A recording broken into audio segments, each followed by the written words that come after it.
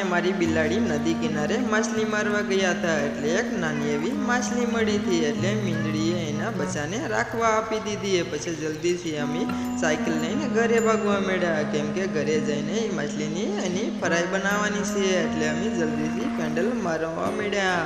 મારતા મારતા અમે સીધા ઘેર પહોંચી ગયા. પછી માછલીને અમે મીઠા પાણી ધોઈ. પછી માછલી શુદ્ધ ધોઈને પછી એને કટિંગ કરવા માંડ્યા એટલે કે કાપવા માંડ્યા.